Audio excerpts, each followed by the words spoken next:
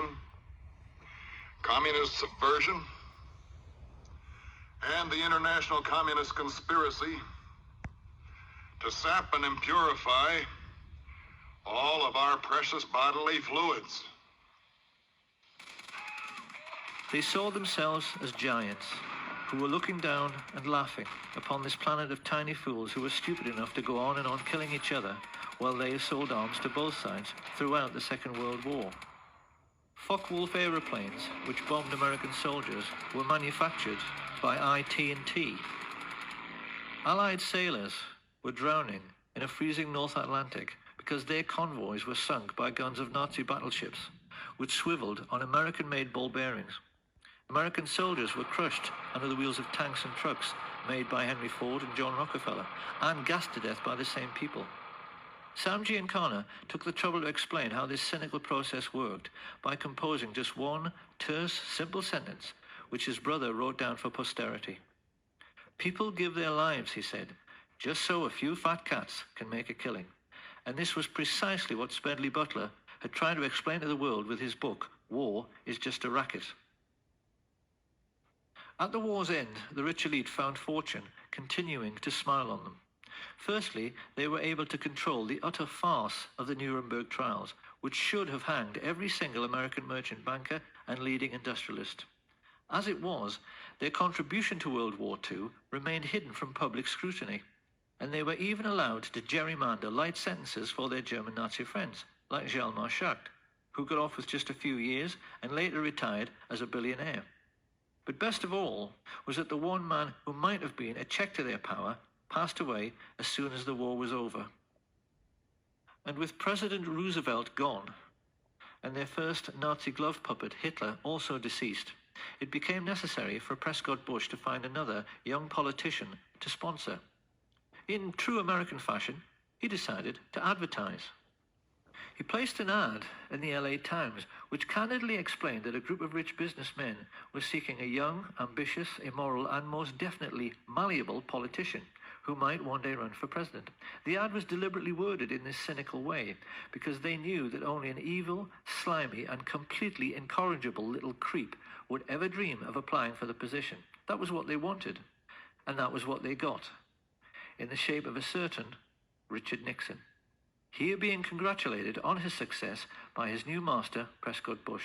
And not long after this picture was taken in 1947, Nixon engaged the services of a Jewish gangster who was working for Sam Giancana called Jacob Rubenstein, a man whom the world would one day come to know as Jack Ruby. Having bought themselves a new political puppet, this nefarious band of 20th century robber barons now took stock of their situation. The Hitler Project, as this rich elite called it, could hardly have turned out very much better. Their businesses had made colossal profits.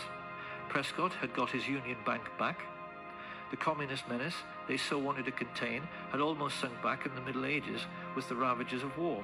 And best of all was that they had now achieved the very world domination which Hitler had dreamed about. They knew that in this new age of modern telecommunications and high-speed jet travel, they had become the first group of robber barons in human history to dominate the entire globe, because they realized there was now absolutely no one left who could stop them from doing whatever they wanted to do next. However, they also realized that bombed out and dilapidated Europe would not be able to bear another war for many decades. This was why they now decided that their obscene business profits could only keep coming in if they moved their game of phony war into the Third World. And this was how the CIA came to instigate conflict throughout the Middle East, Southeast Asia, and Central America.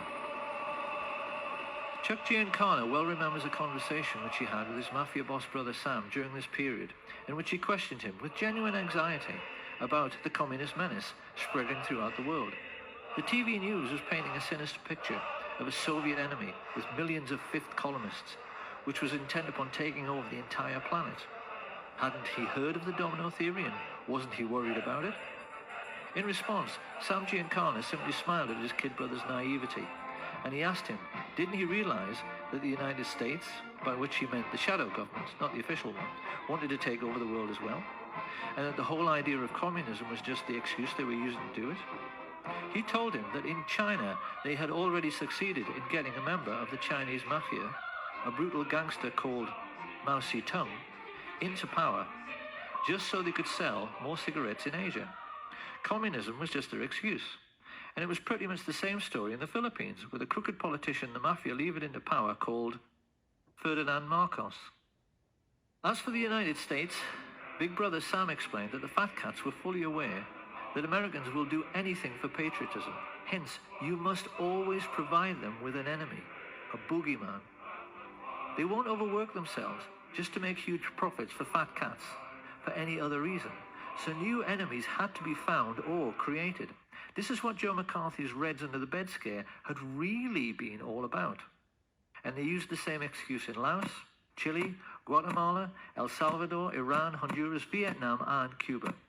If a small country refused to go along with American business interests, which basically meant with the rights of Western multinationals to pay slave wages to third-world peasant farmers growing commodities like tobacco or sugar or fruit, they simply labeled them as communist, assassinated the democratically elected head of state with teams recruited from their secret societies, the Central Intelligence Agency and the Mafia, and put in a man favourable to their interests, as with the Shah in Iran.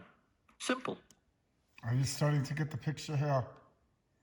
So you just see why the one and only all moral, blatant, obvious scientific evidence God had to come here, not just for the pollutions, but for the corruptions.